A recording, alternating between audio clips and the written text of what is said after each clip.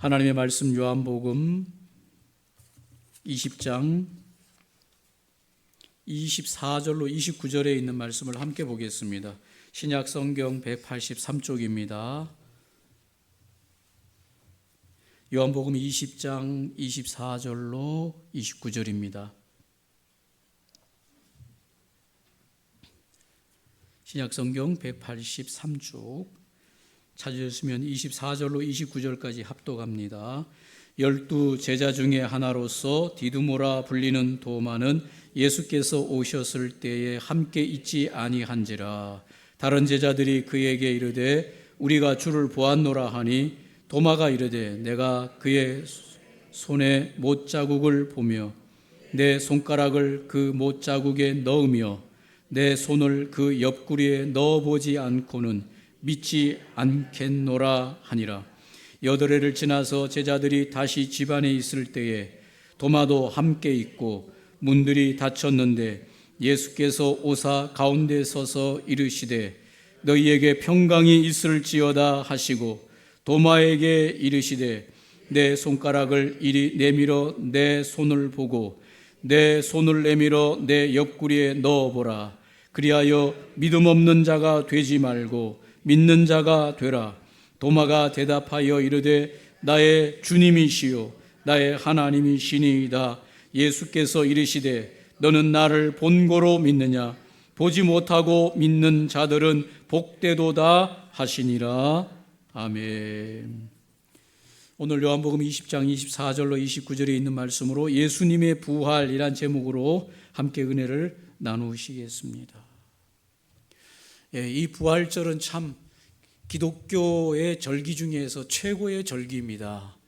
우리 신앙에 있어서 이 부활절 아침은 최고입니다.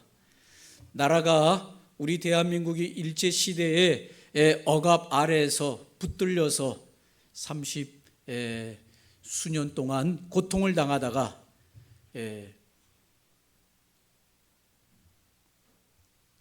독립을 맞이하는 8.15 해방을 맞이할 때 그 해방의 아침에 얼마나 자유와 기쁨이 넘쳤습니까?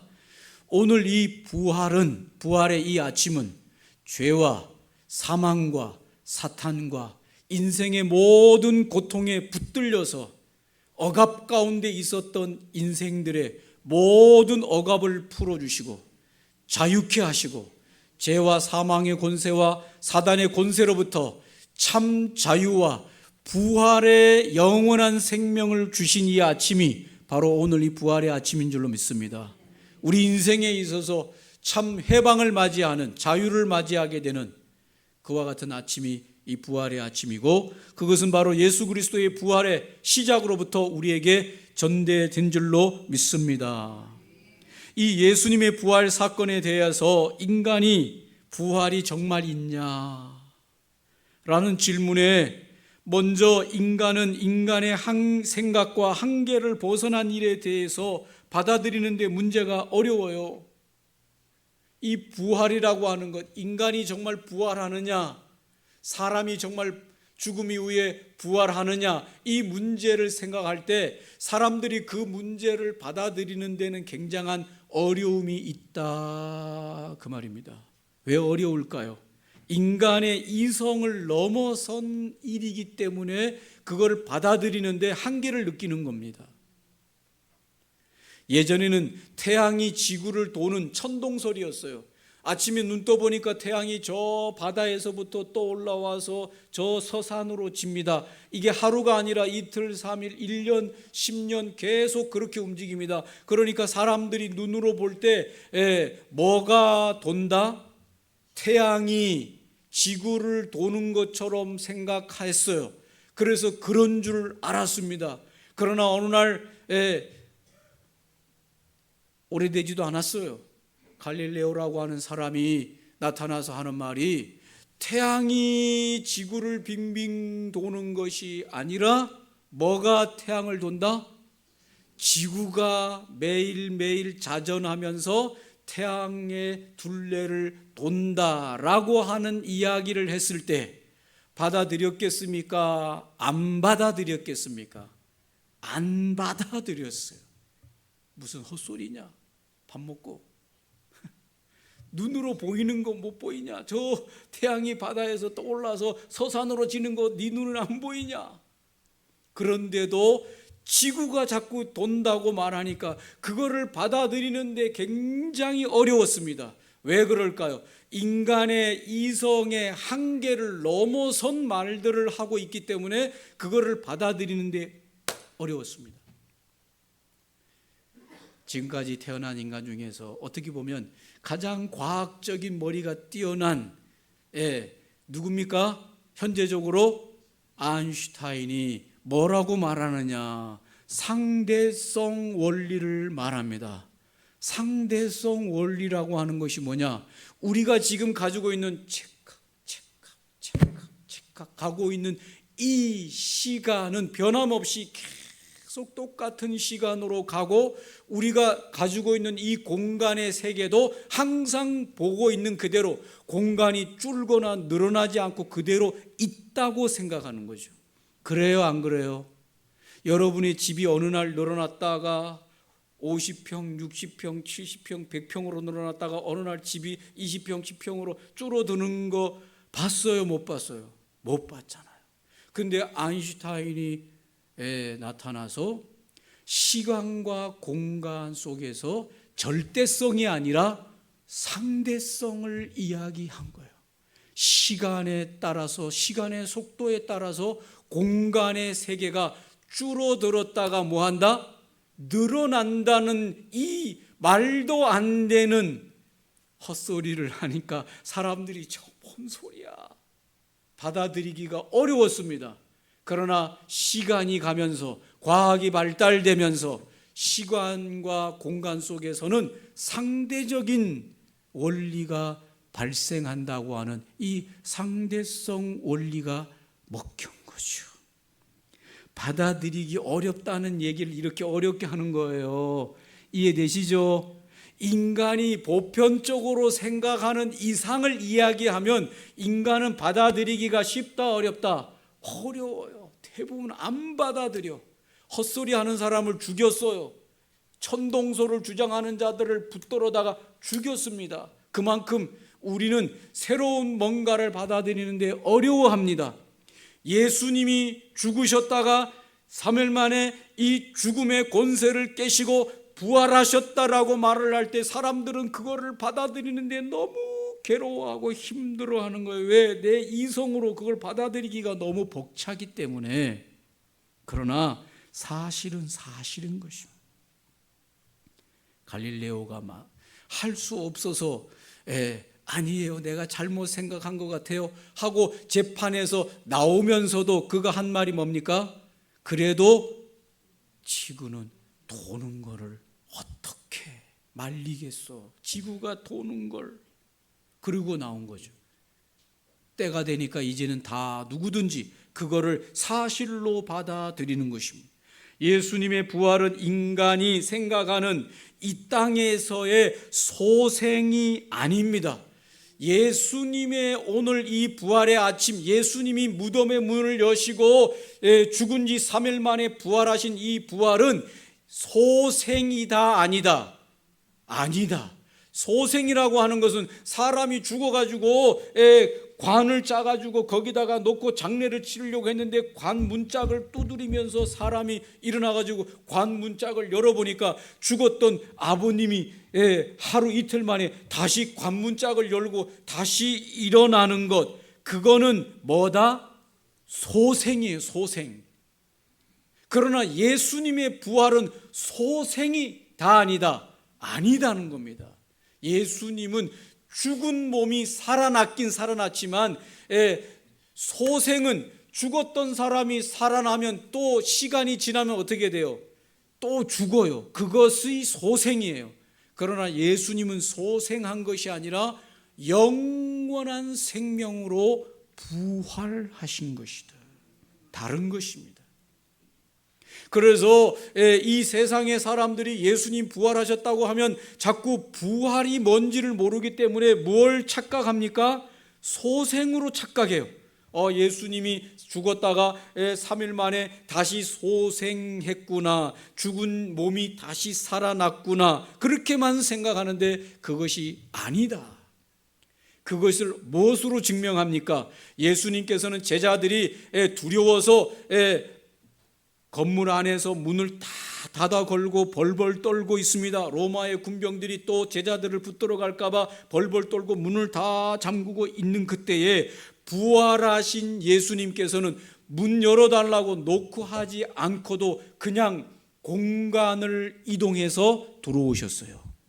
문을 통과해서, 그냥 닫혀진 문을 통과해서 제자들에게 들어오셨고, 제자들에게 볼일 보시고 문을 열고 나가신 것이 아니라 순간으로 시간을 살아주신 거예요. 여러분, 이게 우리는 이해가 안 되는데 아인슈타인이 그걸 이해시켜 줬다니까요. 빛의 속도로 나가면 공간이 사라지는 것입니다.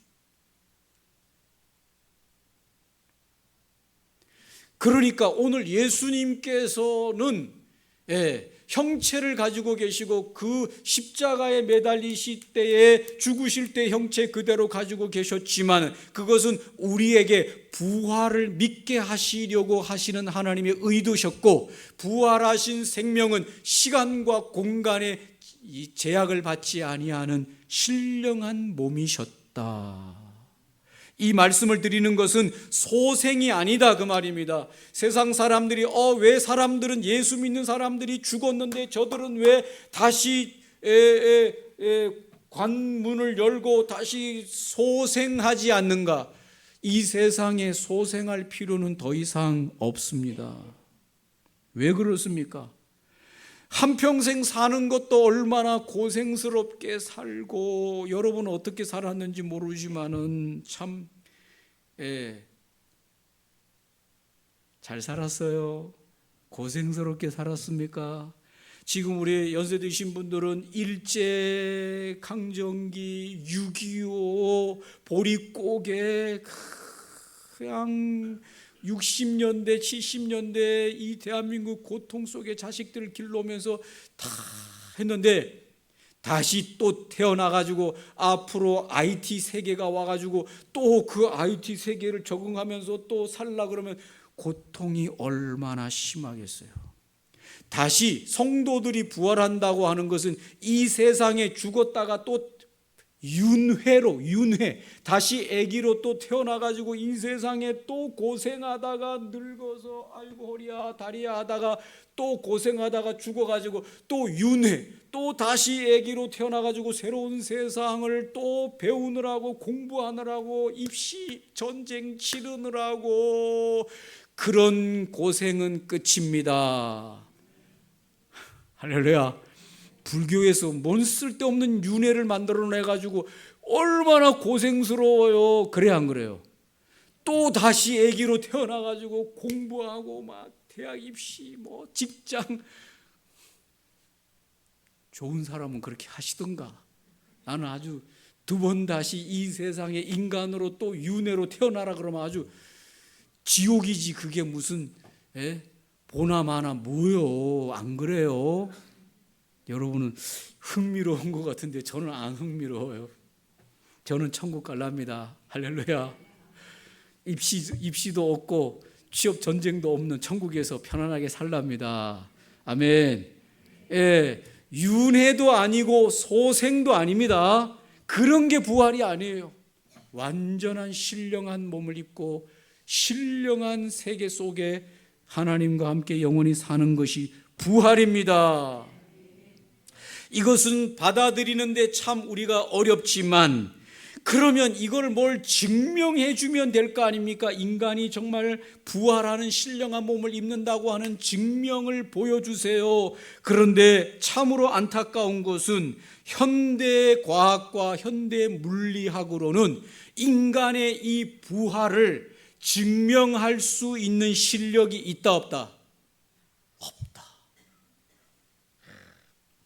부활을 증명할 수 있는 실력만 되면은 예수님도 그걸 증명시켜 주겠지만은 그럴 실력이 안 돼요. 놀라운 것은 뭔지 아세요, 여러분? 요즘 현대 물리학자, 2020년을 지금 살고 있는 최고의 이 현대 물리학자들이 무엇을 연구하는지 아세요? 그거 나하고 무슨 상관입니까? 여러분, 현대 요즘 2025년도를 살고 있는 가장 똑똑한 사람들이 뭘 연구하는가 하면 사람의 마음을 연구한대요. 하트를 연구한대요. 사람의 마음. 아니, 그게 현대 물리학자들, 과학자들이 연구할 건 아닌 것 같은데, 그거는 무슨 철학자들이나 그런 거 사람들이 연구할 것 같은데, 왜 그런 걸 연구할까요? 현대 물리과학자들이? 그게 나하고 뭔 상관입니까? 그런데 여러분, 요즘에 최고의 관심이 AI잖아요. 그래야 안 그래요? AI, 인공지능. 그래서 이 정말 로봇을 사람처럼 만들려고 하는데, 이런 외형적인 거나 이런 기계적인 거 이런 거를 만드는데 진짜 중요한 것은 뭔가 하면 이 칩을 만들어서 그 사람처럼 생각하는 인간, 이 로봇을 만들려고 가장 애를 쓰는데, 사람에게 있어서 정말 중요한 것이 뭐냐면 마음이라는 거예요. 그래서 이 AI 인공지능을 만드는 데 있어서 어떻게 사람 같은 마음을 가지고 생각을 가지고 움직일 수 있는 AI 인공지능을 만들 수 있을까? 그러려면 뭘 연구해야 되게요? 사람의 마음을 연구해야만 그와 비슷한 AI 인공지능을 만들어낼 수 있어서, 그래서 과학자들이 지금 다시 어디로 돌아갔는가 하면 사람의 마음이 뭐냐, 마음이 어디 있냐, 어떻게 마음하냐, 마음이 어디서부터 오는 거냐, 이런 것들을 연구하기 시작했다는 것이요. 여러분 안 놀래도 저는 놀라는 거죠. 이제 비로소 이제 뭔가 인간의 영혼도 뭔가 연구가 될 것이고 마음도 연구가 이제 되기 시작하는구나. 그러면 어느 순간 정말 오랜 시간이 지나가면 이 부활도 연구되기 시작하겠죠. 먼저 결론적으로 말씀드리면 예수님의 부활에 대해서는 증명 불가능이에요. 과학적인 걸로 증명해 내려고 해도 인간적인 실력이 된다 안 된다? 안 된다. 인간의 실력이 그걸 증명할 수 있는 실력이 아직은 안 된다. 그래서 예수님의 부활을 믿는 것도, 예수님의 부활을 못 믿는 것도 다 과학적으로는, 믿는 사람도 과학적으로 증명돼서 믿는 것도 아니고 안 믿는 사람도 과학적으로 증명이 안 돼, 못 돼서 그거를 안 믿는 것이 아니라 이건 과학이 손을 못 대는 영역이다. 아직까지는 그렇다. 그러면 우리가 단지 오늘 예수님의 부활을 믿거나 안 믿거나 하는 그 기준은 뭐냐면 성경의 말씀이 기준이다. 믿는 사람도, 예수님의 부활을 믿는 사람도 성경의 말씀을 기준으로 믿는 겁니다. 예수님의 부활을 안 믿는 사람도 뭘 기준으로 안 믿냐면 성경의 말씀을 안 믿음으로 부활을 믿지 않는 겁니다. 그러니까 기준은 이제 유일하게 하나밖에 없어요. 그 기준은 성경의 이 증언, 성경의 증거, 이것 가지고 믿을 사람도 이 예수님의 이 성경의 증언 가지고 믿어야 되고, 안 믿을 사람도 예수님의 이 증언을 가지고 안 믿어야지, 무슨 과학적인 무슨 실력이 안 되는 것 가지고 증명이 안 되니까 과학은 손도 못 댄다. 성경에는 인간의 한계를 너무나 잘 알아서 인간이 뭔가 증명할 수 있는 실력이 안 되는 거에 대해서 더 이상 말씀하지 않습니다. 그냥 그랬다라고만 선포하고 끝냅니다. 그래서 창세기 1장 1절에 하나님이 이 우주 공간을 만드시고 이 모든 것을 만드실 때 장황한 설명을 하지 않았어요. 태초에 하나님이 천지를 창조하셨다로 끝내버려요. 더 이상 말하면 인간의 머리가 골아파서 감당을 못하는 거예요. 이해되십니까? 그러니까 그냥 인간 수준이 그걸 감당할 수 없기 때문에 선포하는 거예요. 천지를 창조하셨다. 그리고 천지가 딱 나타난 것이고, 이 신앙, 부활의 신앙의 세계는 믿음의 세계요. 그 믿음의 근거는 하나님의, 오늘 우리가 보았던 이 하나님의 말씀만 유일한 증거예요. 다른 게 없습니다. 인간의 능력은 여전히 부족합니다. 인간은 수백 년, 수천 년이 지나왔는데 여전히 지금도 뭘 하나를 못 만드는가 하면은 제가 정말 화가 난 것은 뭐냐. 저희 어머니가 이 돌아가시기 직전에 참 뭐가 부족했는가 하면 이 피가 부족했어요. 그런데 피가 없다는 거예요. 지금 빨리 수혈을 해가지고 피를 공급을 받아야 되는데 피가 없대요. 피가. 제가 얼마나 화가 났는지. 아니 현대 지금 2025년을 살고 있는데 사람 몸 안에 그렇게 중요한 뭐요? 피, 빨간 거 만들면 되잖아요. 그렇다고 하세요? 여러분, 빨간 거 만들면 되잖아요. 그래서 만들어서 그냥 여기다가 꽂으면 되잖아요. 그런데 뭐 한대요? 못 만든대, 피를. 어머니는 지금 피가 없어서 지금 무슨 수치가 계속 내려가가지고 막 하는데, 막 알아보는데 피가 없대요. 그거 만들면 될 거 아니에요. 근데 과학이 무슨 달나라 우주로 보낸다면서. 근데 뭘만 못 만들어요? 제가 그때 마음속에 이놈들 이거, 이놈들이 누굴까요? 뭔지 모르지만 하여튼 헛소리 하는 놈들, 과학이 뭐 어쩌고저쩌고 하는 놈들 있잖아요. 얼마나 화가 나는지. 야 이놈들아, 무슨 달나라에 뭘 보내고 뭐 하고 어쩌고저쩌고 하지 말고 사람에게서 진짜 지금 필요한 뭐 하나라도 제대로 만들어라. 피 한 방울이라도 좀 제대로 사람 몸속에 사람의 거 있는 거 억지로 빼가지고 그걸 냉동실에 또 저장해가지고 그걸 사람에 집어넣고 있는 이거 원시시대예요, 아니에요? 여전히 지금 이 원시시대에 이거를 해결을 못하면서 무슨 달나라고 어쩌고저쩌고. 그래서 제가 이 과학, 오늘 여기 우리 과학자가 안 계시는데 비슷한 분도 계시긴 하지만 화가 나더라고요. 화가 난다. 이게 인간의 한계예요. 사람 몸속에 있는 그 많은 70%나 된다는데 그 피를 생성을 못해? 그래서 남의 피 강제로 빼가지고 와가지고 이 피 지금 이게 원시시대에 하는 일이지 지금. 그래야 안 그래요? 그렇다고 그러세요? 이게 인간의 한계예요. 그런데 뭘 증명해? 부활은 더군다나 어떻게 증명해요? 과학에 여러분 이 잘못 저기 하면 과학이 무슨 신인 것처럼 맹신하는데 천만의 말씀이에요.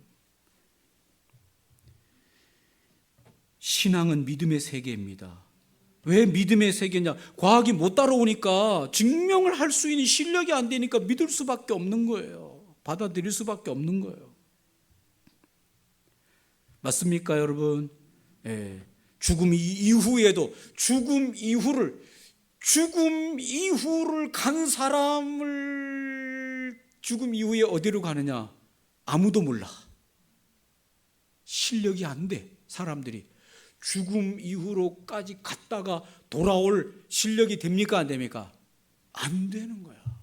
그런데 예수님은 죽으셨다가 3일 만에 다시 돌아오셔서 말씀하시기를 나를 믿는 자는 죽어도 영원한 삶을 산다고 증명해 주신데 예수님밖에 없어요.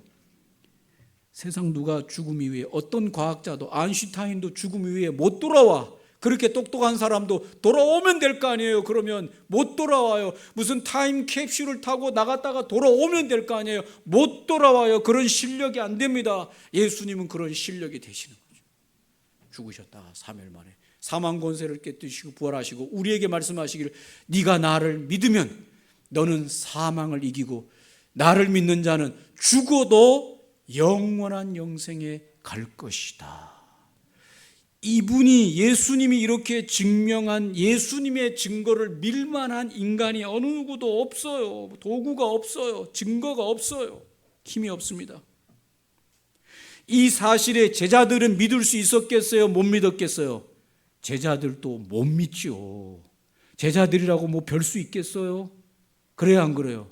제자들도 예수님을 3년 반 동안 쫓아다녔지만 예수님이 여러 번 말씀하셨어요. 내가 죽고 부활하고 얘기했어요. 그러나 제자들은 그걸 다 귓등으로 흘렸어요. 말도 안 되는 얘기한다고 그랬어요. 그런데 예수님이 십자가에 정말 죽으시고 무덤에 갇히는 거 제자들 눈으로 다 봤습니다. 이제 끝났다. 예수 우리 지도자 우리 선생님은 끝났다고 했어요.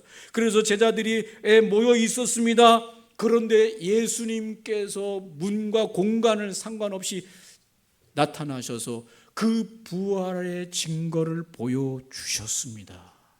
그리고는 예수님을 만났던 제자들이 이야, 이게 가능한 얘기구나, 되는 얘기구나, 예수님이 바로 이런 분이시구나, 이게 바로 부활과 영원한 천국에서의 삶의 모델이구나 라고 하는 걸 제자들이 확신했는데 곤교롭게도 그 자리에 누가 없었다는 겁니까? 도마라고 하는 이 제자가 어디로 갔는지, 제가 예전에 영상에 보니까 도마가 예수님이 살아생전에 부활한다고 하는 말에 대하여 그런 증거들을 찾아 돌아다니고 있어. 자기는 그런 걸 믿을 수가 없다고. 그러다가 그 자리에 없었어요. 제자들이 있는 자리에 없어서 어디 다른 데 증거를 찾아 돌아다니다가, 그런데 돌아와 보니 제자들이 말하기를 부활하신 예수께서 우리에게 오셨다, 예수님 부활하셨다고 말하니까 도마가 화가 나겠어요, 안 나겠어요? 나죠. 쓸데없는 얘기 하지 마라. 내가 지금까지 증거를 찾으러 돌아다니는데 그런 일은 있다 없다? 없다. 그럴 수 있다 없다? 없다. 그러면서 부인합니다. 그런데 이런 의심 많은 도마 제자를 어떻게 설득시켜요? 다른 제자들이 다 봤다고 부활하셨다고 아무리 얘기해도 고집을 안 꺾어. 그래서 오늘 여기 본문에 보니까 예수께서 다시 도마를 위해서 오십니다. 25절 다른 제자들이 그에게 이르되 우리가 주를 보았노라 하니 도마가 이르되 내가 그의 손에 못자국을 보며 내 손가락을 그 못자국에 넣으며 내 손을 그 옆구리에 넣어보지 않고는 뭐하지 않겠노라? 믿지 아니하겠노라. 여러분, 도마가 정상입니까? 비정상입니까? 정상이죠. 도마가 우리잖아요. 어떻게 믿어 그거를? 인간의 이성으로는 감당이 안 돼. 과거로도 증명할 수가 없는 걸 어떻게 믿어요? 도마가 우리의 속에 있는 말을 그대로 해주는 거죠. 못 믿겠다. 그러니까 예수님께서 도마를 위해서 어떻게 하셔야 됩니까? 부활하신 분이 다시 도마를 위해서 나타나 주시는 겁니다. 26절에 여드레를 지나서, 여러분 어쩌다가 예수님이 뭐 잠깐 나타났다가 UFO처럼 사라져가지고 더 이상 이제는 뭐 찾아도 찾을 수 없는 그런 미스테리가 아니에요. 맞습니까? 8일이 지난 다음에도 예수님은 또 어떻게 하실 수 있어요? 또 나타나시는 거예요.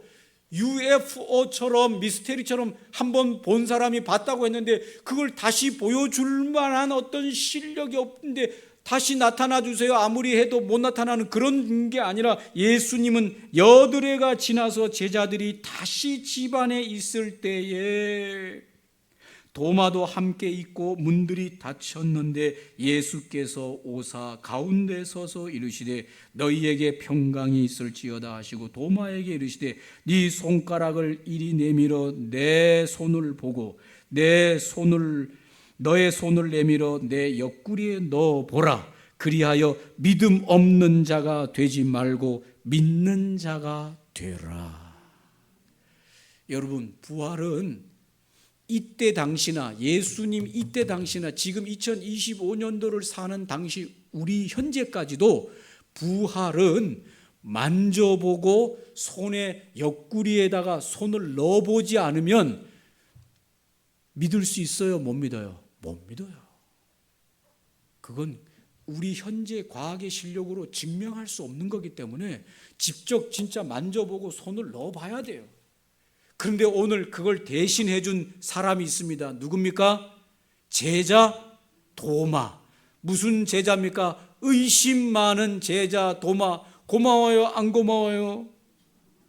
다른 제자들은 미리 정신없을 때 예수님 만났으니까 그렇다 치더라도 이 도마는 막 못 믿어, 믿을 수 없어, 절대 그런 일은 생길 수 없어, 이렇게 해주는 바람에 할렐루야, 우리가, 여러분, 나도 지금 오늘 이 순간에 예수님 부활하신 몸에 옆구리에다가 내 손을 넣어봐야 되겠다, 그러지 마세요. 예수님 또 나타나면 큰일이에요.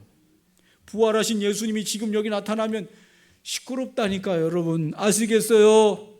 말씀을 믿으세요. 말씀을. 할렐루야. 도마를 대신해서 믿으세요. 할렐루야. 도마가 대신해 주잖아요. 손에 옆구리에 넣어보잖아요. 못자국을 만져보잖아요. 그리고 도마 입으로, 그 의심 많았던 제자 입으로 뭐라고 말합니까? 28절에 도마가 대답하여 이르되 뭐라고 말합니까? 나의 주님이시요 나의 하나님이시니이다. 예수님 부활하신 걸 믿는다 안 믿는다? 믿는다. 의심 많은 도마가 어떻게 됐다? 믿었다. 그래서 기록에 보면 이 의심 많았던 도마가 예수님의 부활을 확신하고 그가 전도하러 이 유대 땅에서부터 어디로 가느냐 하면 아시아로 인도까지 전도하러 갔다가 인도에서 복음을, 예수의 부활을 증거하다가 순교당하여 죽었다고 하는 기록이 있습니다.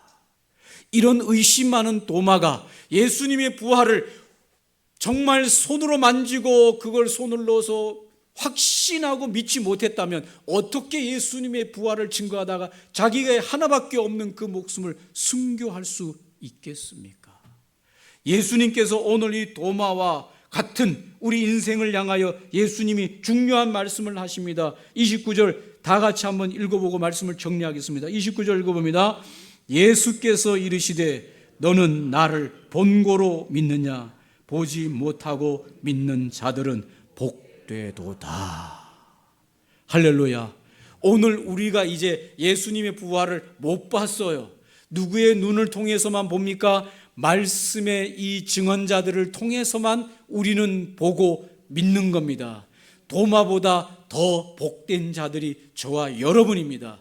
이제는 우리가 또 눈으로, 이 손으로, 피부 접촉으로 예수님을 만지고 믿는 것이 아니라 이 증언자들의 말씀을, 증언자들의 증언을 믿음으로 예수의 부활을 확신하는 우리가 복된 자들입니다. 할렐루야. 이 예수의 부활의 이 믿음을 가지시고 주님과 함께 저 영원한 나라에서 부활의 생명으로 살게 될 것을 소망 가운데 살아가는 저와 여러분 되시기를 주님의 이름으로 축복합니다.